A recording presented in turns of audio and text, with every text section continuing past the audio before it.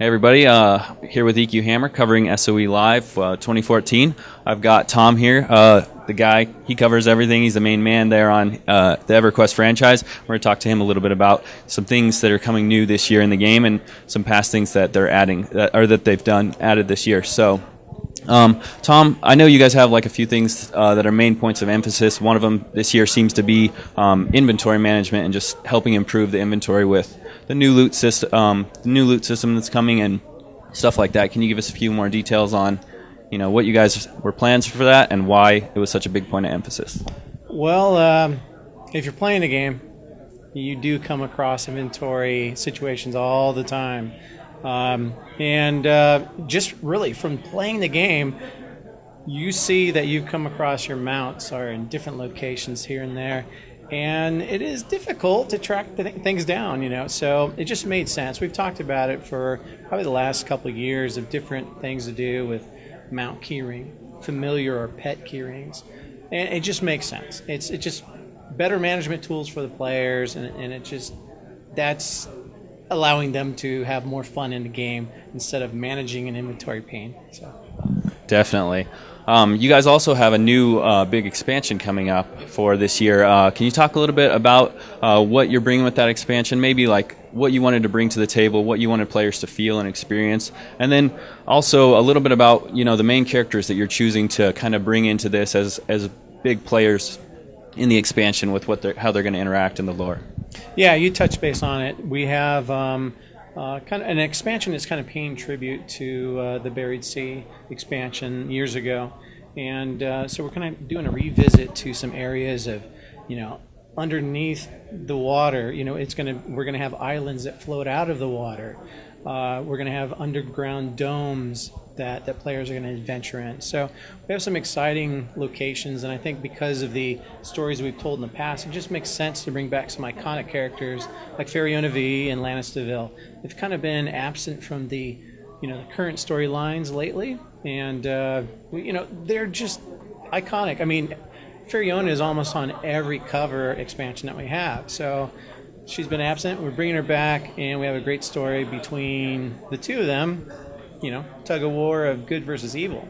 So, we want the players to come in with a sense of being a hero and saving, the turmoil that's going to be created by Lannis, and hopefully the good that Feriona always portrays and help her in her endeavors. You mentioned going back to the Buried Sea and it being underwater. I know a lot of players might be familiar with Kedge Keep. Is there what type of underwater mechanics are you guys going to go with? Are you going to avoid kind of being totally submerged? Can you describe the environments for the underwater thing a little bit? There's going to be some under the water, gameplay. There's not going to be a lot. I've played in Kedge. You too, right? Yes. Okay, so there's some pains when you're getting hit by something you can't tell where it's coming from. So there'll be some travel under the water, but most of it's going to location. Location, islands, domes, castles under the water, and islands in the sky. So the gameplay, if there's concern about always fighting in water all the time, you don't have to worry about that. There'll be some element of that, but not the entire expansion. So. What are your favorite parts about the new expansion that you guys are adding as far as environments or types of characters or different races that are involved in this expansion? Oh, wow. So in the Arx Mentis zone, we have some awesome new character. I'm trying to remember his name, and that's why I need a keel here. The cultists that we have in the game, new models, they're exceptionally awesome looking, little evil, dark, and hey, how about those dinosaurs? We got dinosaurs on an island, and they're just awesome. People love to fight dinosaurs. A lot of boys on our team create dinosaurs. But probably the best thing that I would have to say, is the way that we keep on pushing our environment engine and the character models to look better and better every year. The game's 15 years old, so we're kind of limited. We're always pushing, what we can do or what the engine can do. So I would say the effort of my team to actually, create great vistas is probably my favorite thing. Awesome. And as far as you guys have for new dungeons that are being added for these, what types of different mechanics are you kind of emphasizing that exist in the game that you might want to re-highlight with these new types of dungeons and things that people enjoyed? What is new about the new dungeons that you want to bring to the table? Well, there is something different we're doing with some AA progression. We are usually in the past, you would get your AAs and you'd have most of your power kind of at the beginning of the expansion. What we're going to try to do is give you a little bit of it and actually allow you to go get the rest of your power, progress or progression out in the world. So it moves it from getting it early to getting it all throughout the expansion. So that's a new thing, and I think players will enjoy that because sometimes the casters will get all their spells and it takes a while for the melee to get theirs. So I think that's going to be kind of evened out, and I think players will really enjoy that.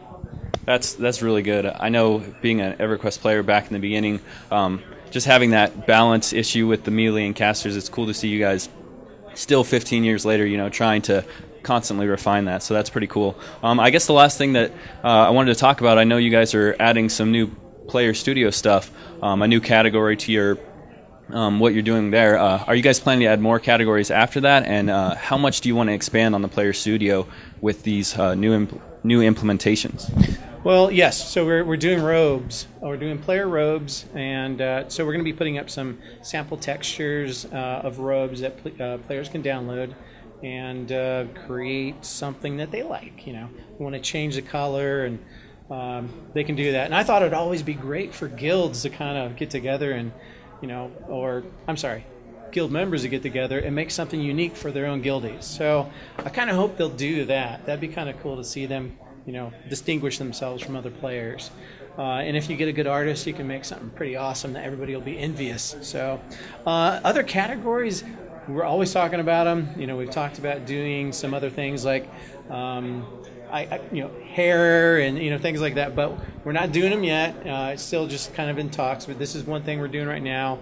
It's the first category since we launched Player Studio, so we're excited about that, and we'll see what we can do, see how well it does, and see if we can get some good artists to come in and make something pretty unique. Awesome. Thank you so much for your time. You're welcome. All right. Have a nice day.